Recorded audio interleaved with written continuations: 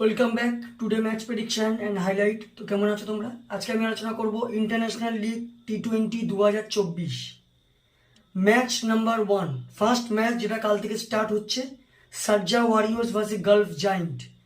খেলাটা হবে কাল 19 জানুয়ারি 2024-এ, কাল থেকে স্টার্ট। আর খেলাটা পুরো একদম শেষ ফাইনাল হবে 17 ফেব্রুয়ারি 2024-এ, শেষ ফাইনাল ম্যাচ, যেটা কাল opening match Sharjah Warriors versus Gulf giant. খেলাটা হবে ইন্ডিয়ান টাইমে রাত 8টা PM খেলা।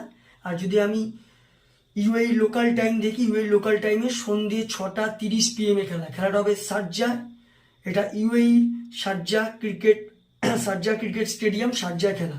তো প্রথম আলোচনা করব শারজার ওয়েদার আপডেট নিয়ে।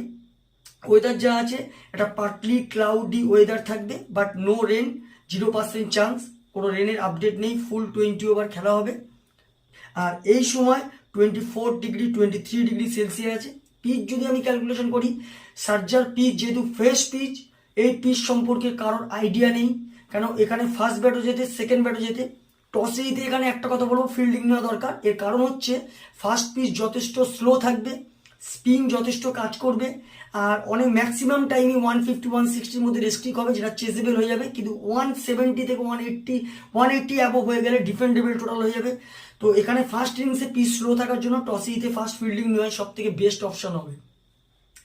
তো এখানে যদি আমি শারজার প্লেয়ার লিস্ট দেখি, আমি এখানে প্রেডিক্টেড 11 করবো না, কারণ যেহেতু শারজার এমন এমন প্লেয়ার আছে, যা যা প্রেডিক্টেড 11 আছে, তারা কেউ কেউ বিগ ব্যাশ খেলছে, কেউ কেউ খেলছে সাউথ আফ্রিকা টি20 লিগ। তাই এখানে টোটাল আমি প্লেইং নাম বলছি। আমার শারজার আছে Martin Guptill, Bashir Ahmed, Joe Denly, Sean Williams, Chris Woakes, Daniel Sams, Lewis Gregory, Mark Deyal, Johnson Charles, Kusal Mendis, Tom Kohler Cadmore, Christopher Sole, Dilshan Madushanka, James Fuller, Junaid Siddiqui, Maheesh Theekshana, Mark Watt, Qais Ahmed.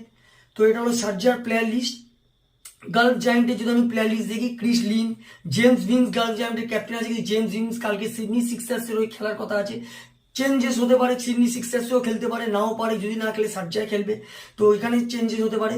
Simon Hetmyer, Gerhard Erasmus, Ayaan Afzal Khan, Carlos Brathwaite, Jamie Overton, Karim Janat, Rehan Ahmed, Jamie Smith, Jordan Cox, Usman Khan, Chris Jordan আছে। Chris Jordan South Africa টি20 league খেলছে, তো এখানে নাও খেলার chance থাকতেও পারে। Dominic Drakes, Mujeebur Rahman, Richard Gleeson, আর সৌরভ নাটভেলকার, আর সঞ্চিত শর্মা। তো দুটো টিমের আমি মোটামুটি প্লেইং 11 বলেই দিলাম। এখানে লাস্ট ম্যাচের কোনো ব্যাপার না, এটাই ফার্স্ট আর ওপেনিং ম্যাচ। তো এখানে আমার প্রেডিকশন, এখানে একটা কথাই বলবো, এখানে আমি কোনো টিমের ক্যালকুলেশনে যাচ্ছি। টিমের ক্যালকুলেশন বলতে আমি টিমের কোনো ফ্যান্টাসি 11 এখানে দেবো না, যেহেতু প্লেইং 11 এখনও পর্যন্ত জানা যায়নি, কারণ কয়েকটা ম্যাচ হওয়ার পর এখানে জানা যাবে। তো এখানে আমার ক্যালকুলেশন, কালকে match winner Gulf giant win this game, Gulf giant এই ম্যাচ জিতবে, এটা আমার ক্যালকুলেশন। এবার যদি আমি রানের ক্যালকুলেশন আসি, যদি গালফ জায়েন্ট ফার্স্ট ব্যাট করে, তো আমার ক্যালকুলেশন গালফ জায়েন্ট 170 থেকে 180 প্লাস করবে, বা 185 পর্যন্ত যেতে পারে, যেটা 20 কি 25 রানে গালফ জায়েন্ট এই ম্যাচ জিতে যাবে। যদি শারজা ফার্স্ট ব্যাট করে, তো আমার ক্যালকুলেশন শারজা ওয়ারিয়র্স 160-র মধ্যে রেস্ট্রিক্ট হয়ে যাবে, যেটা গালফ জায়েন্ট 5 উইকেট কি 4 উইকেটে এই ম্যাচ জিতে যাবে। তো ভিডিওটি ভালো লাগলে লাইক করো, শেয়ার করো, কমেন্ট করো, আর সাবস্ক্রাইব করো। বাই।